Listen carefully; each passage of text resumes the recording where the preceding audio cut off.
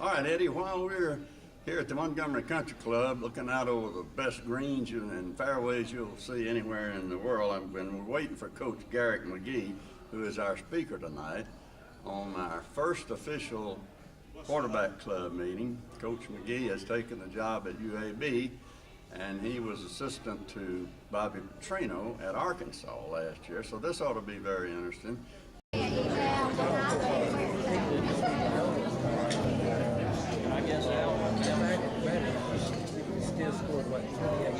Is this man great? Yeah, Glad yes, to he be with is. us, WAKA. Yes, it Very is. hoping Jim Coach Jack. Yeah, how about a handshake with Mr. Thomas? That better? Yes, sir. Thank you so much. As much as I love anybody in my family, and he supports everything that has to do with anything that's good.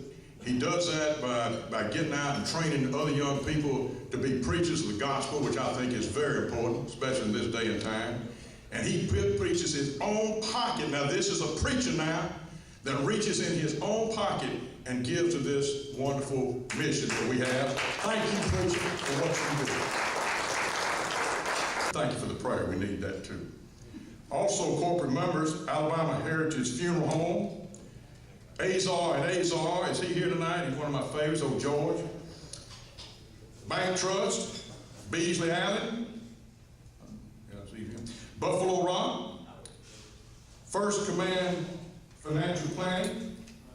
Jordan. There he is. Jordan Industrial Contractors. Neurology Consultants of Montgomery, PC. Varsity Barbecue, which is an old friend of mine, Steve Long, but I think he killed a deer or some kind of thing out on his farm, and he's trying to pass that off as some kind of pork out there, so watch it. Wilkerson and Bryan, as well as Williford and Associates LLC. Let's give a big round of applause to them.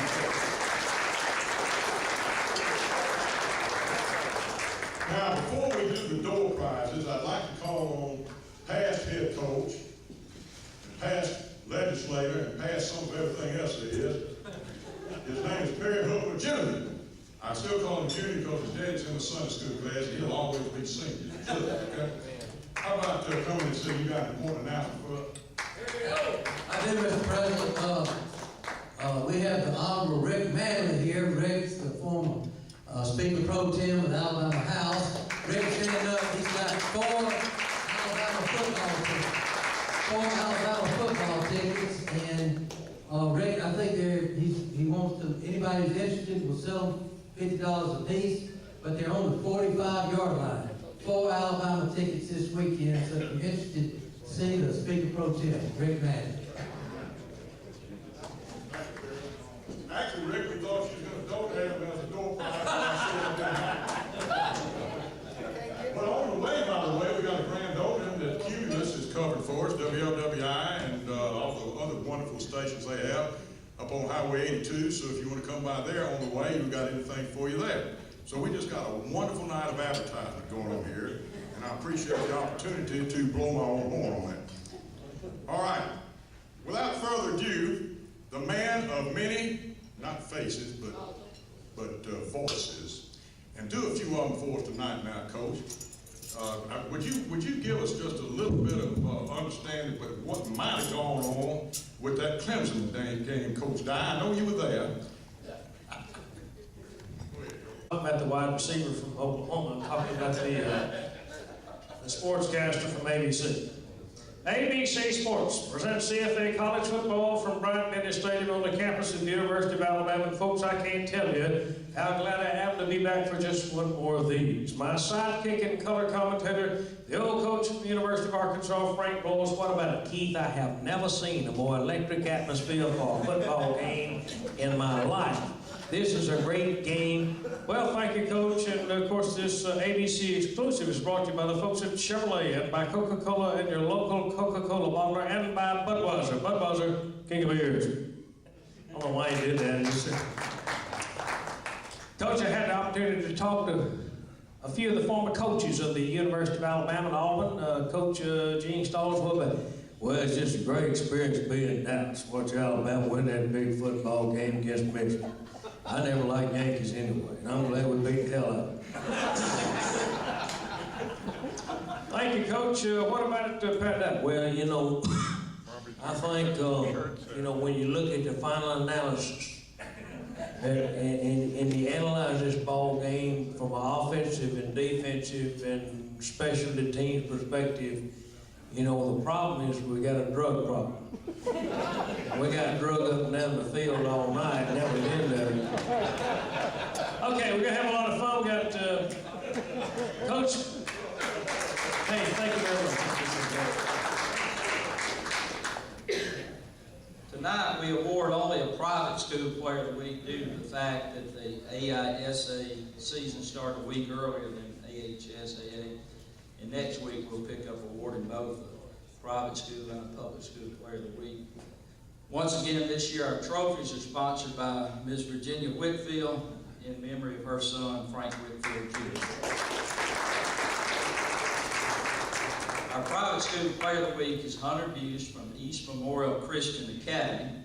And Hunter is accompanied tonight by his mom, Cindy, his stepdad, Steve, his grandmother, Mary, his grandmother, Deb, his aunt and uncle, Danny and Dana, and his cousin, Davis. And we appreciate all of you being here.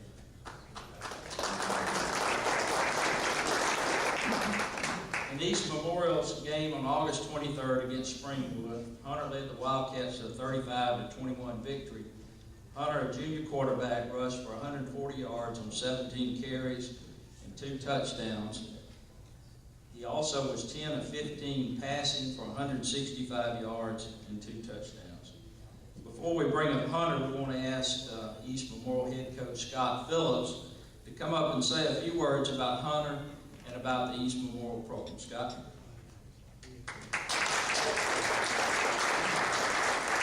Thank you. It's once again an honor to be here again. We were here last year with Corbin and both quarterbacks in 2 years, so we feel like we're doing great. You know, going into the year, we kind of felt like we had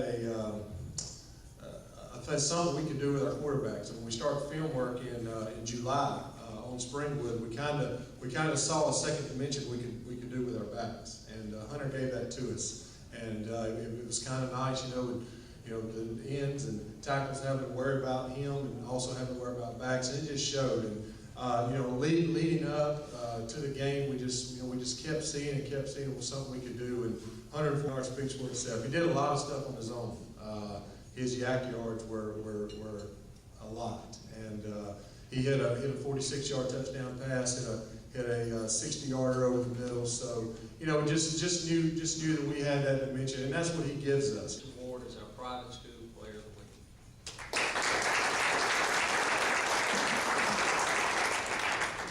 First of all, I'd like to thank God for the opportunity and the ability to play football.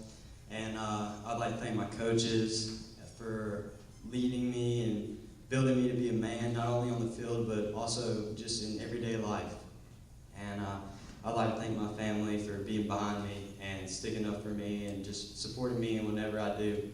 And maybe not always liking it, especially not playing with a broken hand, but just being there for me and staying behind me. I'd like to thank the Quarterbacks Club for this opportunity, and just thank you. It was great. For December 4th, 2011, and he was at University of Arkansas. You might have a motorcycle story or something you want to tell us, but that's all up to you. We also know that you are a native of Tulsa, Oklahoma. Is that correct? Didn't you play football for some team up there that's kind of got red and white too?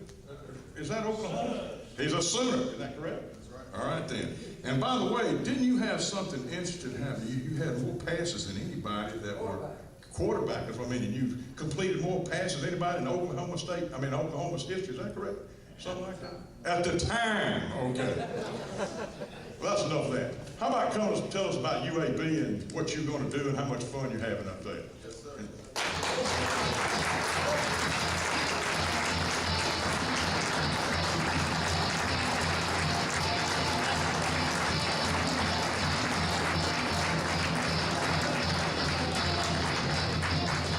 You know, for a long time there, since December 4th, I've been one of the only undefeated coaches in the state of Alabama. That all ended last Saturday, and I still got a standing ovation down here, so I really like this place. I want to come back as much as I can. I really want to thank everybody for the opportunity, the Quarterback Club for the opportunity to come down, sell my vision of this program, sell the direction that we're headed in. It's a really great opportunity for me. Whenever I can go out and around this state and sell the direction, sell where we're headed, I really take a lot of pride in it because I am one of the most fortunate coaches in college football. Every time I say that, everyone looks at me like I'm crazy because I'm coaching a football program that has not had a winning season in the last 7 or 8 years. I have not one player on my football team that has a winning season as a UAB Blazer. So how could you be one of the most fortunate college football coaches in the country? That's what everyone says. But the reason is this. There's probably only 10 or 11 schools in the United States of America that can compete and win their conference championship with only in-state kids. There's not many schools like that in the country at all. I'm fortunate to be coaching at one of those schools. I think that in Conference USA, if we're able at UAB to understand the level that we're playing on, understand our competition, understand who we're recruiting against, who we're not recruiting against, that in the state of Alabama, there's probably going to be 120 Division 1A recruitable athletes. And I did the research after the recruiting season last year, and Alabama last year took 6 kids from the state of Alabama. Auburn took 7 kids from the state of Alabama. And I don't blame them because to win, I was fortunate to be able to coach in that division in the SEC West. And to win in the SEC West and to compete on the level that they have to compete on a consistent basis, you have to nationally recruit. That's the way it goes. You have to get on the planes when you coach in the SEC West and you're expected to compete for a national championship and fly all over the country to find the absolute best players in the nation. Well, that's going to leave 100 recruitable athletes in our state, right here in our backyard, for us to go after and for us to go recruit. And we have made a commitment. We don't have any one of our coaches recruit outside of the state. Nowadays, the rules say that you can only sign 25 players. You can't oversign. You can't do any of that. You can only sign 25. Well, there's 25 players for us to sign every year right here in the state of Alabama. So that's why I feel so fortunate to be coaching in the state because there's not a lack of college or high school football players that are going to be Division 1A college players. That's why I feel so fortunate.